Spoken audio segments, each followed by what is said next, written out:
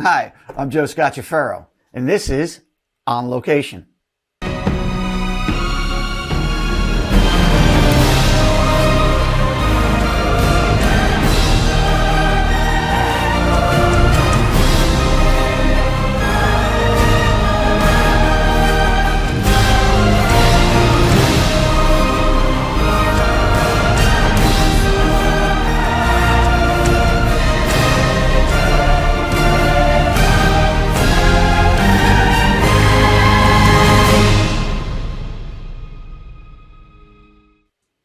All right, today's guest, I've literally known him his entire life. He's got a very interesting career. You've seen him on Crew Call. He's a regular. He's done a couple of on locations for us. You can go back and check them out. And we're going to break this interview up into two parts. The first part, we're going to talk about a lot of the gigs he's been on. He does tons and tons and tons. So we're going to go over those and highlight some of the bigger ones and some of the more interesting ones. And then the second part, we're going to talk about his career growth and his observations in that. And welcome, Frank Scacciaferro. All right. That's a coincidence. We have the same last names. Yeah, and you've known me your entire life, I, so those are two coincidences. yeah. So you've actually started your career somewhere around 10, 11 years old. And I wouldn't say career, but you entered into the industry at around that age. And you shot your first Super Bowl on the field of a Super Bowl at 17. So Yes. that's kind of a bizarre starting point. And if I asked you now to go over everything you've done from 17 to 32, is that where we are now? Yeah. Okay. So, Yes, I'm 32. so if we went through all of that, it would be impossible. So again, what I want to go over now, let's look at 20, 21, 22, the years, and kind of just pick out some of the highlights and what led one thing to another. But let's talk about the gigs themselves. Let's start with. So I'm going to follow you and ask you questions as you go through and just pin off some of your idea of what are highlights. Starting at 17. No, that's why I said we can't go back to 17. Even at 22. No, I meant 22 the year. Oh, I thought you meant my age. No, 22. 2022. Okay.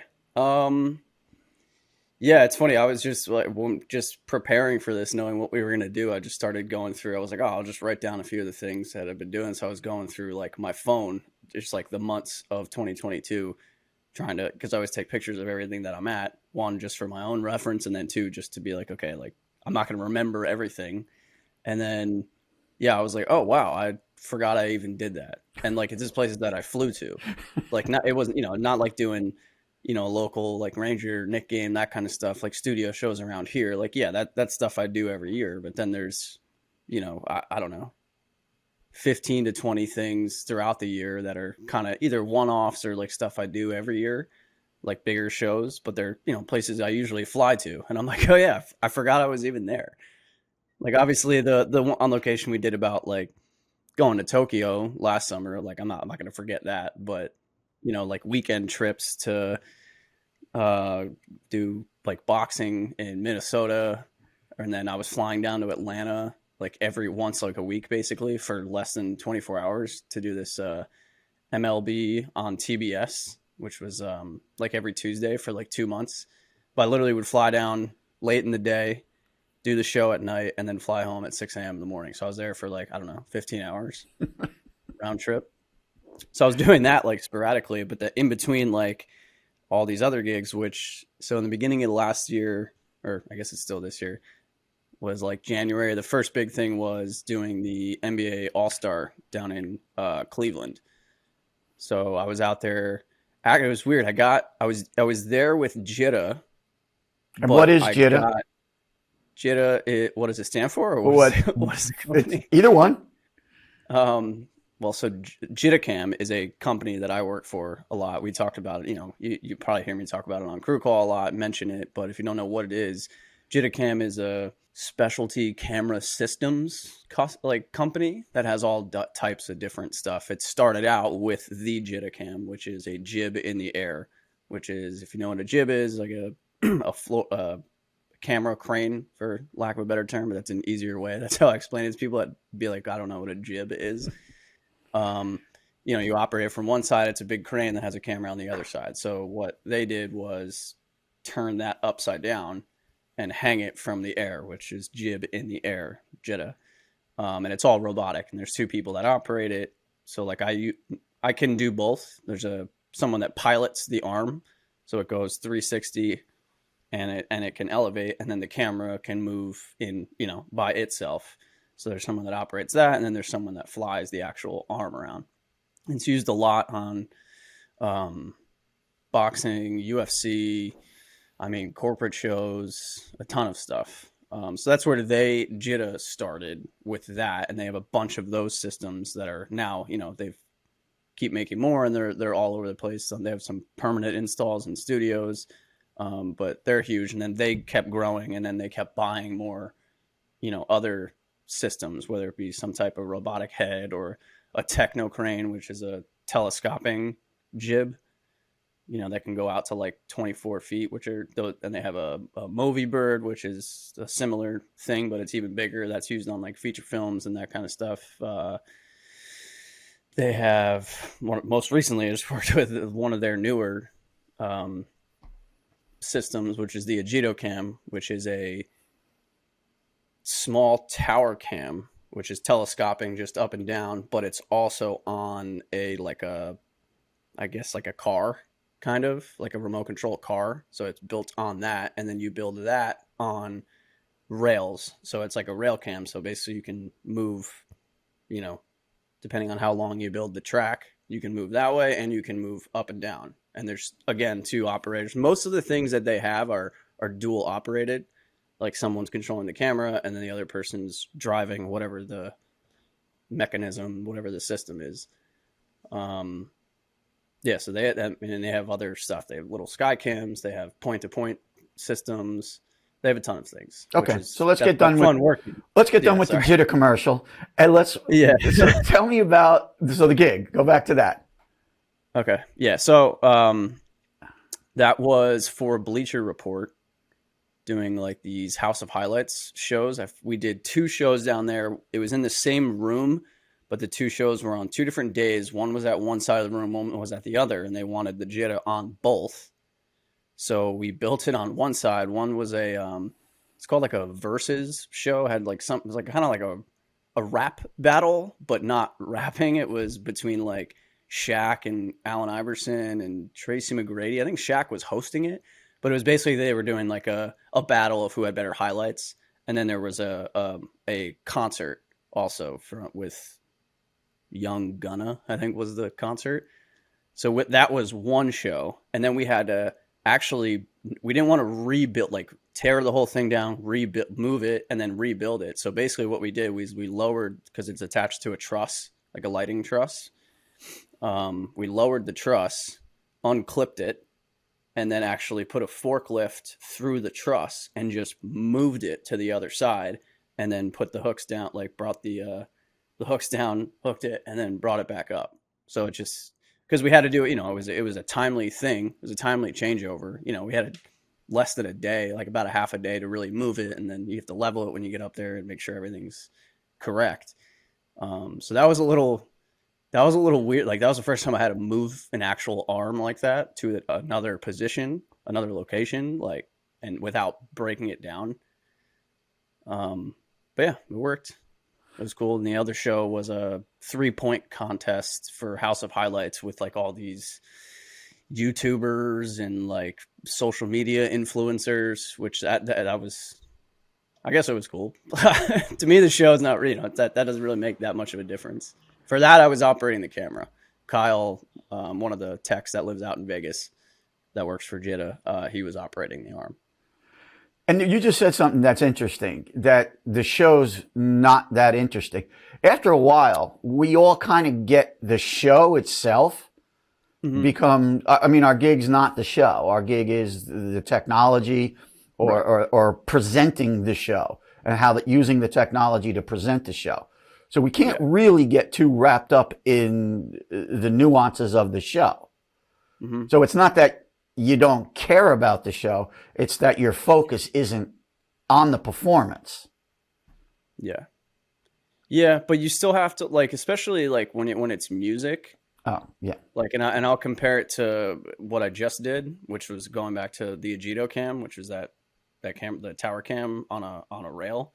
So that's like number one, like that was a crazy gig from one because it was a set shoot strike.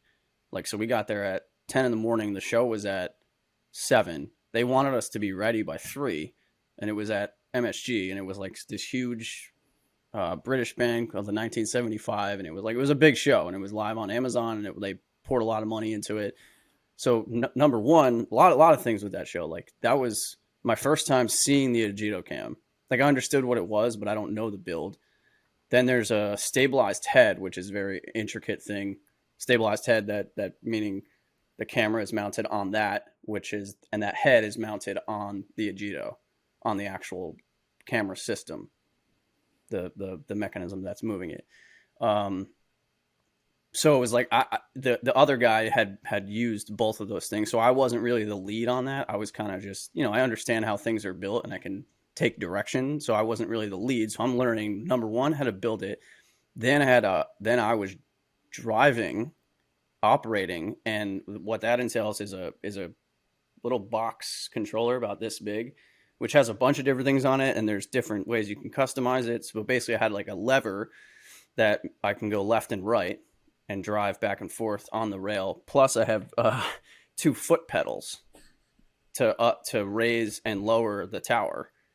And then the guy that was operating the camera, I had never met before. It wasn't the guy that I was building this with. It was another guy that the company, the production company that was doing the show, hired.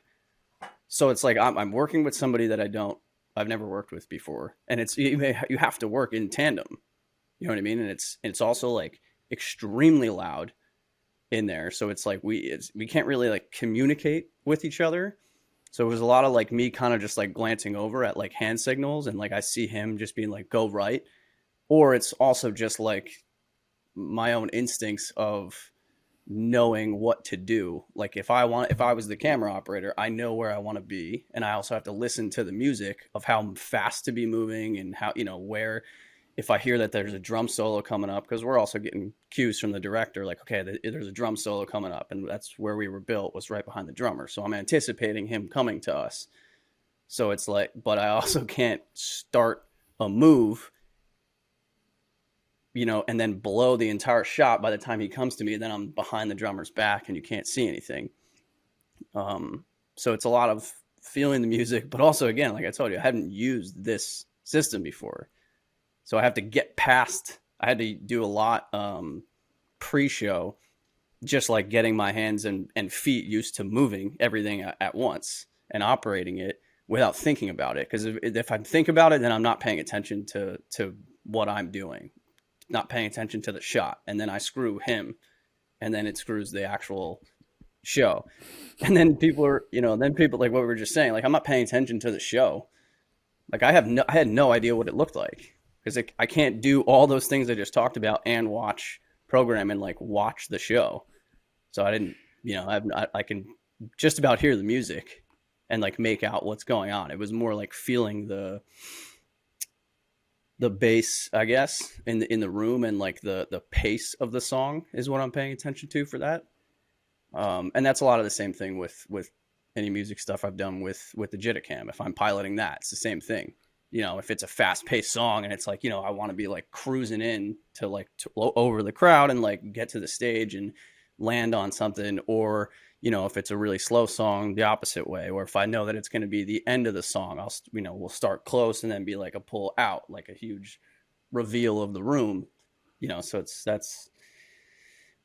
but because I've done a lot of those and I work on a lot of systems that are tandem, like dual operated, I feel like I have a pretty good sense of what we should be getting and how to get that picture, I guess.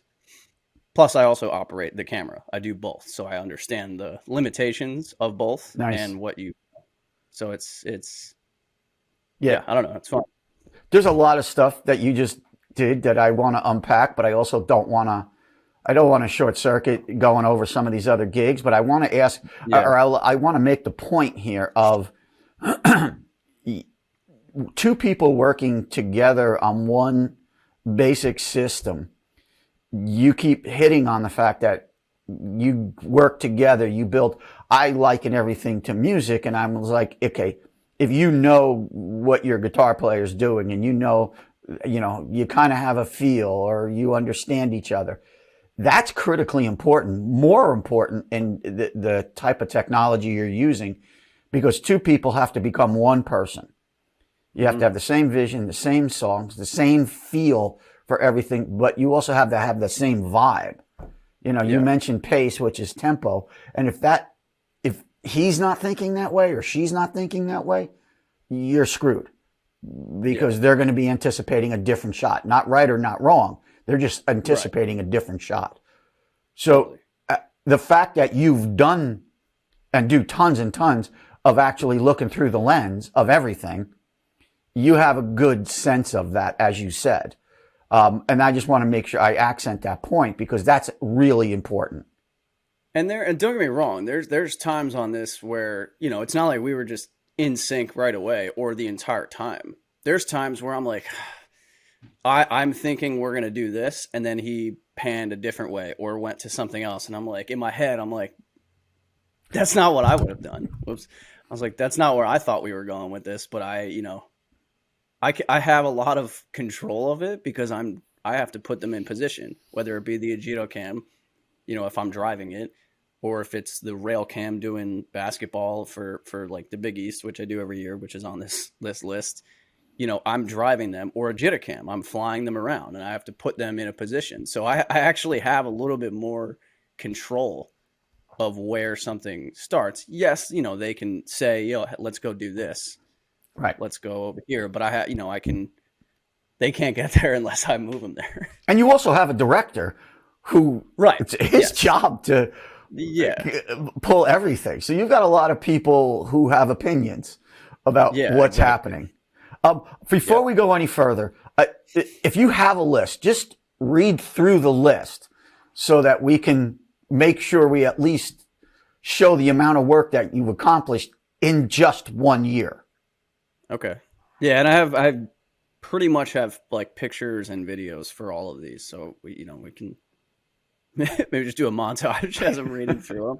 I'll just start, even though if we covered some of them already, I'll just go like, and this is actually in sequential order, or chronological order of last year. So he said the NBA All-Star out in Cleveland, that was for Bleacher Report and House of Highlights, that was with the Jitacam on those two shows. Then came back from that, and it was the Big East at MSG, which is the Big East tournament, basketball, NCAA.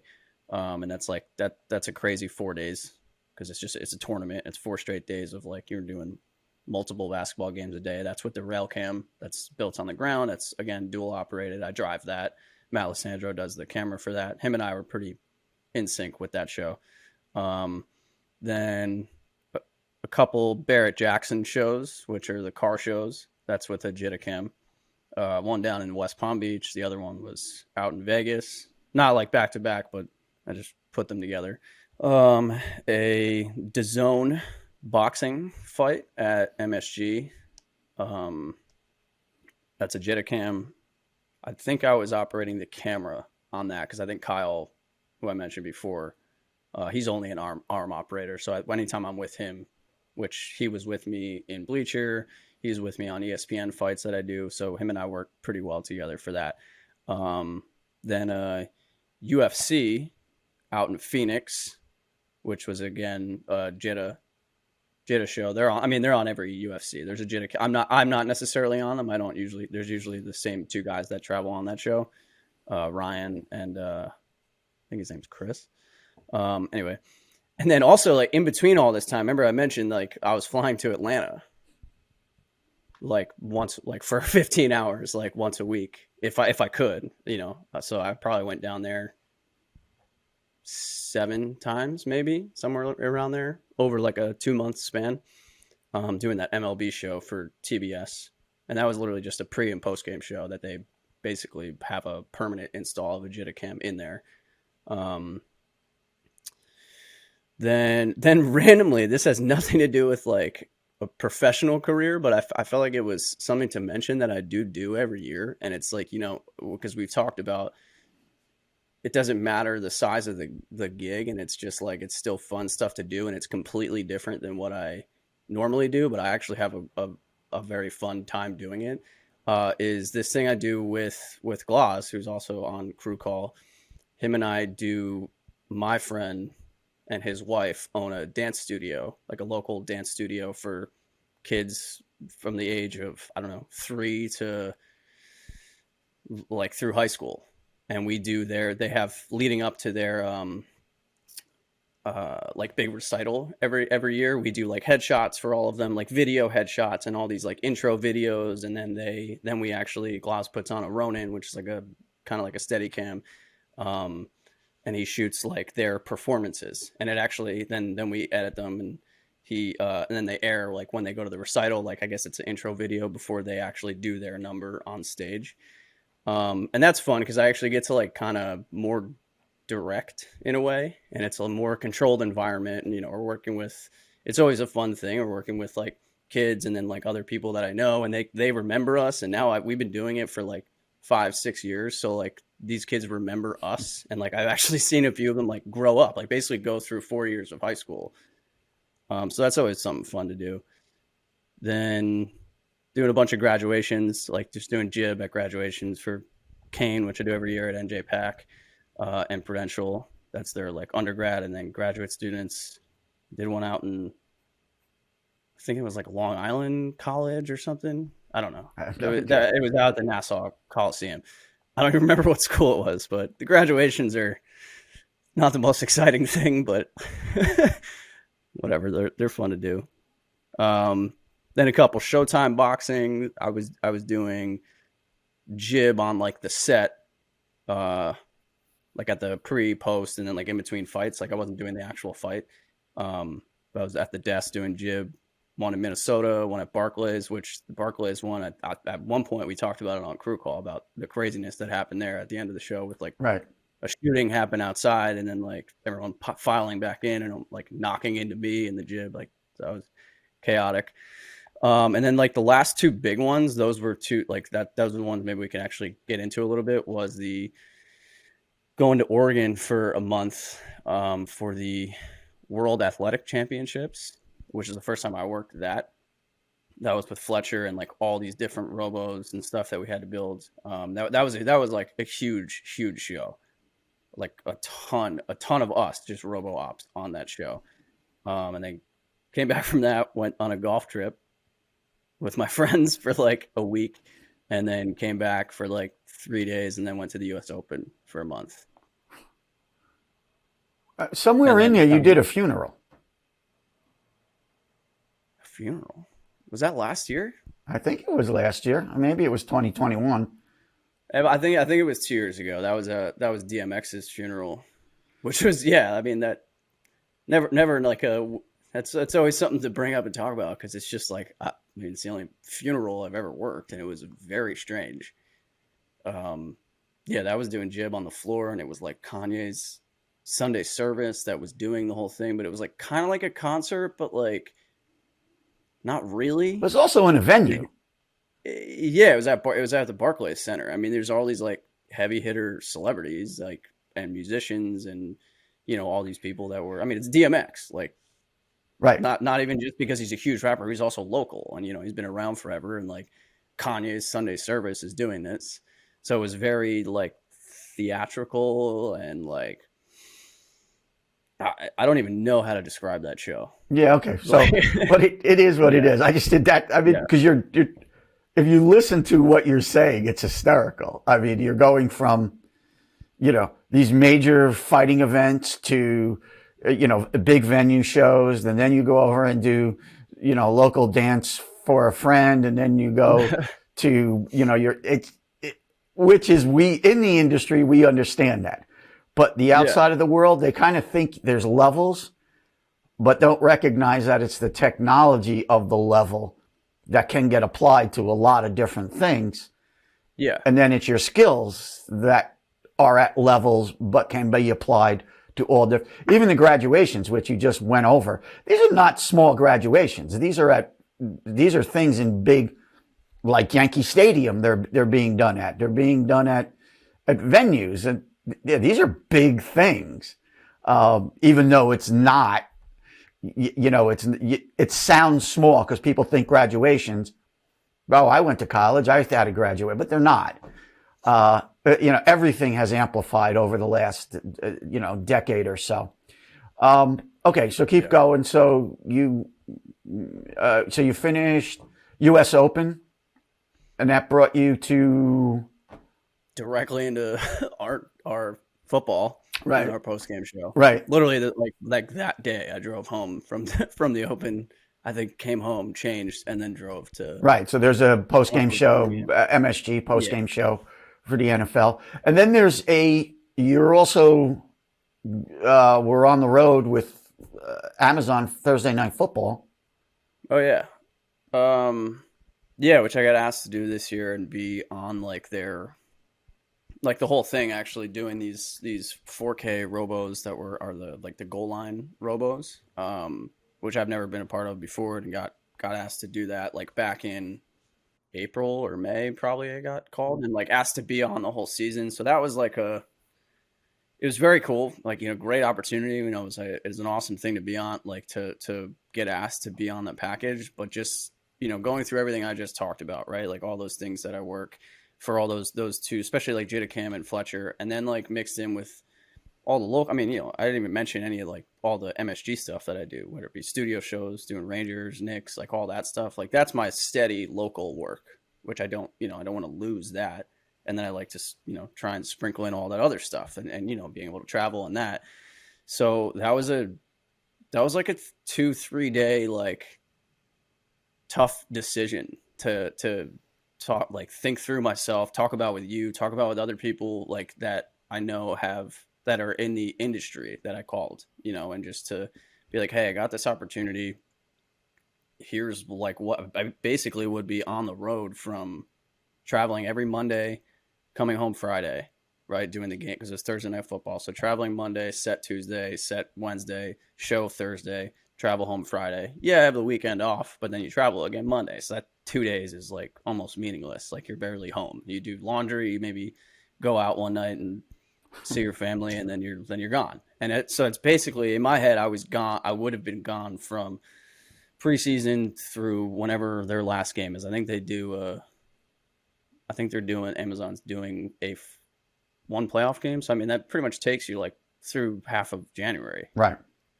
And so I would have to tell Jita, I would have to tell Fletcher, even though this was for Fletcher, but it's not.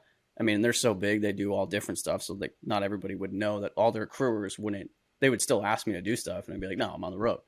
And then I would have to tell MSG, like, hey, I can't do jib in your studio. I'm not going to basically do robos for any hockey or basketball or anything for, I don't know, a good portion of the season. Like it was a tough decision for me to go back and forth and be like, okay, this is a cool opportunity. Like it's something I never done before. So I was interested in doing it and working with other people. And it's Amazon's first year doing Thursday Night Football. So, they were like putting all the bells and whistles into this. I mean, and it's a massive show. So I in the end, I spoke to the director and the crewer, one of the guys at Fletcher who originally recommended me. And I had to turn it down. And then, I turned it down and then kind of moved on. And then about a week or two later, I got a call asking if I could fill in for 3 weeks, which I was like, yeah, that's perfect. So now, at least I get the exposure to it. I get to see how all those builds are. I get to, still be a part of that show for their first time and, meet the other people on that show, which, I mean, that crew's amazing. And it's all like it's NBC's crew who's been doing Thursday Night Football, but it's part of Amazon. And then there's a whole, that's why it's such a massive show. So yeah, I did one in Denver, the beginning of October. Then I was just in Houston the end of October, like right around Halloween. I think I flew there on Halloween. And then the last one is in December, which is a Jets game, so it's local. Oh, okay. I mean, it sucks that it's local because it's December and it's in Jersey and it's going to be cold. And we're building these things on like the tops of stadiums and like hanging over, so we're out in the elements. And, December in Jersey, if you're from this area or have visited around that time, could be extremely cold. It could randomly be 70 degrees. It also could be 9 inches of snow. Exactly. So, yeah. So Yeah. that one will be fun. At least Houston was inside, even though, it was still kind of warm down there. Denver, when I was there, it was beautiful. It was actually hot. I was in a t-shirt and jeans, and like I kind of wish I had shorts on. It was like 75 degrees. Yeah, well, So I lucked out with those two. the Meadowlands, MetLife, December, it won't be.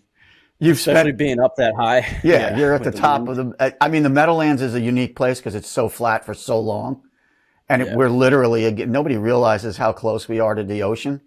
It's New York City is an island, and then boom, ocean and rivers, and it's just nothing but winds and crosswinds and a lot of cold air. Yeah. I mean, the only good thing about that, at least it's local, so it's not getting on a plane. So basically, I'm not, it's not a travel day, Monday and Friday. So it's really just Tuesday, Wednesday, Thursday for that. Which is better.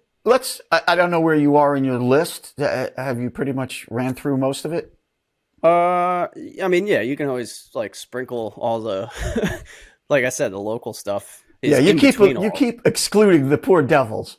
That's not well, the devils. Oh yeah, no. I just when I say all that, it's just that's MSG to me. It's all clustered together, right? Because it's all on their networks. I do robos for the Devils, for the Knicks, for the Rangers. I do the MSG like their betting shows in their studios or the pre and post game show. I do Jib in their studios. And that's a big part of my chunk of work every year. Yeah, that's all my local. That's most of my local stuff work. Which I really enjoy doing. I mean, hockey's my favorite sport to probably shoot. Oh, that's interesting. The speed red line. I mean, it's fast paced and like you have to be locked in the whole time. And I the only video game I played for like 4 straight years was NHL. So it's like I actually playing that game got me better. Like I would come home from working a game and then play. And you would think I'd be like sick of either staring at a screen or staring at like hockey, but it quickly became. It actually one helped the other. So it's like a simulator, like a flight simulator for pilots. I mean, kind of, yeah. And there's video games of like drone racing and all that stuff that I'm sure all the people that race drones or fly drones, like I have a few. I had the demo of that for a while, but I didn't really play it. I don't have time to go like fly my drone. I have 2 of them have been sitting on this shelf for like a while. I always say when I travel, I was like, oh yeah, I'll bring that with me. And it's like, I don't have time to go do that. And like, I don't want to be like it's fun to do, but I don't want to be like working if I have like a few hours to not do anything, probably trying to sleep. Right. You've mentioned Fletcher a bunch of times. Without going into a commercial break for Fletcher, just give us a quick, what the hell is Fletcher? I mean, yeah, Fletcher's a like massive company now. It's an international company. They're a part of NEP now. They're originally based out of Chicago. But I think I don't know if they have a shop or like just a presence in like London and other countries. But they're all robotics and they're a very, it started out like a mom and pop type of thing. But I mean, anybody that does like everything I just said, like robos for hockey, for basketball, anything in sports, that's kind of where they started. I think their like logo or, tagline, it was like sports from like a different perspective. So they're all robotic cameras, like smaller, these P1, P2, P50s cameras that are just small box cameras with a lens on them, but they're on these very fast moving Stanton robo heads. That's like the root of them. And they basically any robo throughout the country for any of those sports, like those are them. whether, it might not be a Fletcher op that goes there. It's not something somebody's traveling for, but like the locals learn and use those. That's what I learned on originally here, and then started doing, like, going out on Fletcher, other jobs. I mean, but now they've grown like substantially since then. They're the ones I do. They have the rail cam that I mentioned before. They do for the Big East. They have that's what I do for the U.S. Open, the trace system, which is like, I mean, we could spend 45 minutes talking about that. And we actually have. Yeah. Oh, yeah, we have. It's on. Actually, there's two on locations. One with you, one with Rick Cipher, talking about and explaining the trace. Yeah, that's a good point. Yeah, I mean, I'm not going to get into all that right now. But that's a tracking system where you're operating like 3 robos not at once, but you can manually override into one of them. But that's a very intricate build, and if you have any interest in learning about that, I would strongly suggest going to watch either mine or Rick. Rick's been doing it longer than I have. That's actually how I got in, was through Rick. Doing robos in general was actually through him, and how I got into MSG and a lot of that stuff, and how I just started meeting other people was kind of through you to him, and then him to Chuck, and then Chuck to Jitticam, and then Rick to Fletcher, and then just kind of that's how a lot of that just kept moving around. Yeah, and this is a good break point, because we're going to pick all that up in part 2, is how you've evolved. I mean, people immediately think with the last name that the last name was your entree. The last name wasn't. The last name it has influence, because people go, oh, your dad is blah, blah, blah. And that's kind of it. But if you don't prove yourself and you don't grow and you don't get better, which is what you did completely on your own, your career ends right there. Last names don't mean that much. Last names open a door. It's kind of a key to a door, and that's it. So yeah, you've built it all. So we'll do all of that in part 2. We'll get more into how your career evolved and what you've learned experience-wise, which skills worked for you, which skills didn't. So yeah, we're going to break it here, and then we'll come back to part 2. Stay tuned. Sounds good.